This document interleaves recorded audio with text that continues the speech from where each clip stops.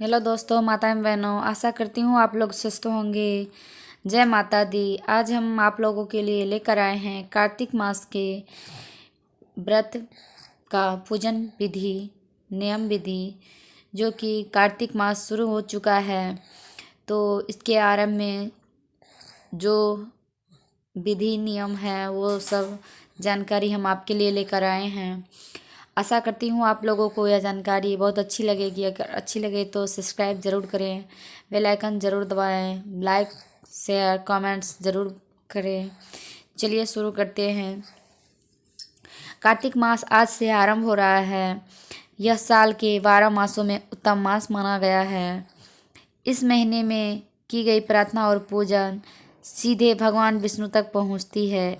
इस महीने की सबसे अच्छी बात यह है कि इस माह में भगवान विष्णु धरती पर जल में निवास करते हैं। इसलिए प्राचीन काल से परंपरा रही है कि लोग सूर्योदय से पूर्व ही नदी या तालाब में जाकर स्नान करते हैं और वहीं पर तिल के तेल या घी से दीपक जलाकर भगवान विष्णु की पूजा करके दीप को दान पानी में रख के जल में प्रभावित करते हैं। यह सुंदर नज़ारा आज भी गांव में देखने को मिल जाता है। आपके आसपास नदी तालाब नहीं है तो आप घर पर भी सूर्योदय पूर्व स्नान करते हैं, भगवान विष्णु की पूजा करें और दीप जलाएं। इससे भी पुण्य के भागी बनते हैं। शास्त्रों में कहा गया है कि कार्तिक मास में भगवान विष्णु जल में निवास करते हैं। इसलिए इस महीने में मनुष्य को सात्विक भाव बनाए रखते हुए मांस मछली के सेवन से परहेज रखना चाहिए। यही वजह है कि बहुत से लोग कार्तिक मास में मछली नहीं खाते हैं। विष्णु पुराण के अनुसार भगवान विष्णु का पहला अवतार मत्स्य यानी मछली का ही है। कार्तिक में वो अपने इसी रूप में जल में वास करते हैं। इसलिए शास्त्रों में कहा गया है कि कार्तिक मास में मछली खाने से बचना चाहिए। कार्तिक महीने में बैगन और करेला, इन दोनों सब्जियों को खाना भी शास्त्र के नियम के विरुद्ध है। शास्त्रों के अनुसार कार्तिक के महीने में इन दोनों सब्जियों का सेवन नहीं करना चाहिए। इसकी वजह यह भी है कि कार्तिक का महीना साधन और संयम धारण करने का महीना है।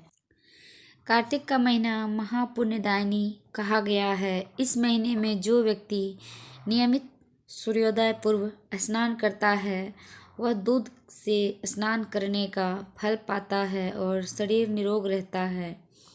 पुष्कर पुराण में बताया गया है कि जो व्यक्ति कार्तिक मास में सुबह शाम भगवान विष्णु के समक्ष तिल के तेल से दीप जलाकर भगवान विष्णु का पूजन करता है वह अतुल्य धन लक्ष्मी को पाता है।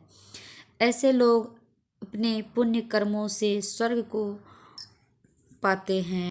कार्तिक मास के महत्व का वर्णन करते हुए पद्म पुराण में बताया गया है कि देवी रुक्मिणी पूर्व जन्म में विधवा ब्राह्मणी थी। गंगा तट पर रहते हुए वह कार्तिक मास का व्रत नियम पूर्वक किया करती थी। एक बार इसी व्रत के दौरान उन्होंने ठंड से शरीर त्याग दिया। मृत्यु के बाद उन्हें उत्तम लोक में स्थान प्राप्त हुआ और वह जब भगवान विष्णु ने कृष्ण रूप में अवतार लिया तब इन्हें भगवान श्री कृष्ण की पत्नी बनने का सौभाग्य प्राप्त हुआ। ये थी हमारी कार्तिक मास व्रत का वर्णन और पूजा विधि। ध्यान से सुनने के लिए धन्यवाद। जय लक्ष्मी नारायण।